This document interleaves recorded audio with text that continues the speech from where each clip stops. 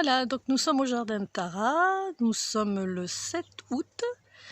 Vous avez ici le potager donc, qui est sous les pins.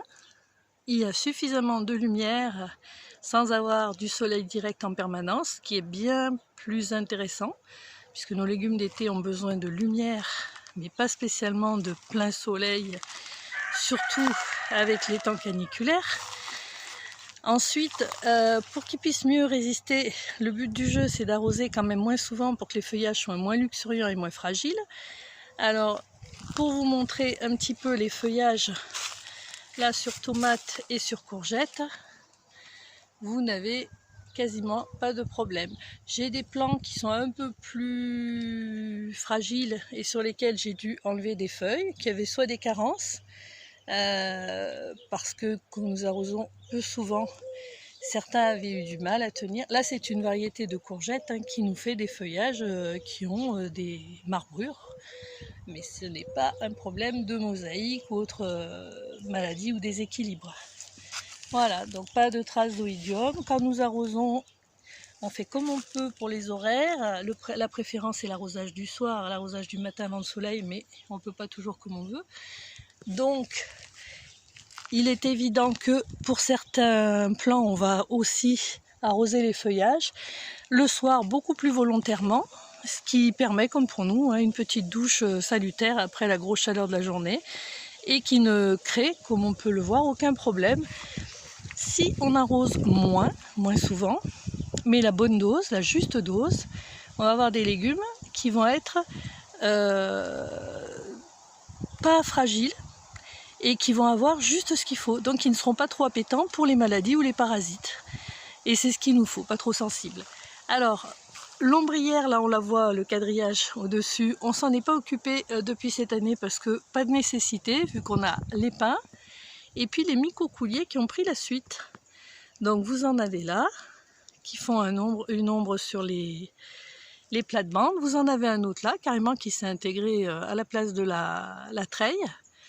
Et comme vous le voyez, nous avons de l'ombre un peu partout, tout en ayant de la lumière. Et ces jeux d'ombre et de lumière vont varier toute la journée. La première bande est plus fragile parce qu'elle est plus étroite. Elle fait à peine 1 mètre de large. Et bon, il faut qu'on passe à plus large. On est aussi bien chahuté. Les paillis sont remués, fouillés régulièrement par les tourterelles, les lapins, etc. qui viennent chercher de l'humidité et de la nourriture.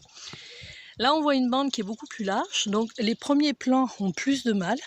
En général, ils sont plus exposés à la lumière à certains moments. On a aussi des pertes d'eau, même si on les arrose un peu plus, mais d'arroser un peu plus, on fragilise.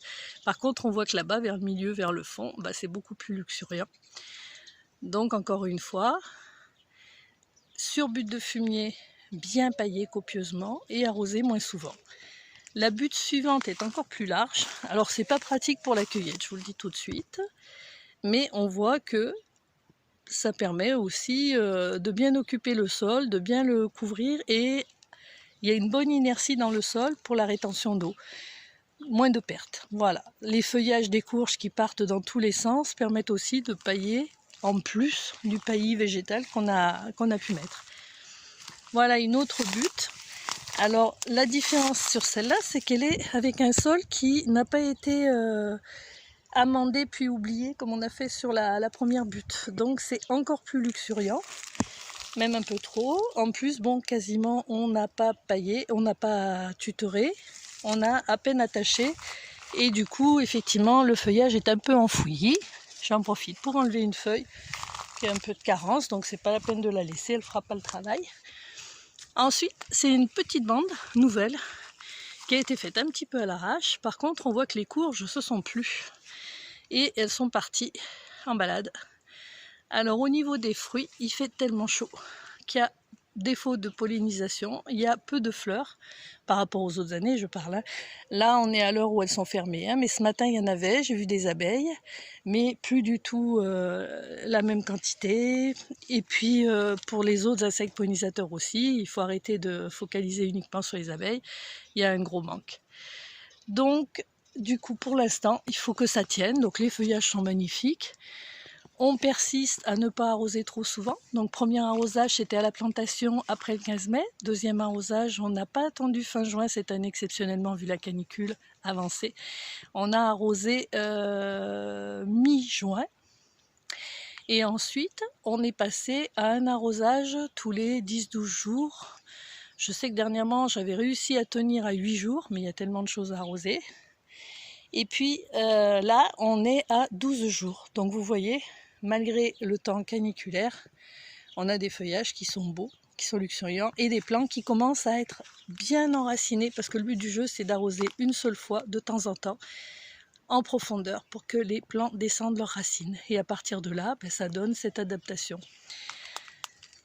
Voilà, pour la suite, une prochaine vidéo. À bientôt.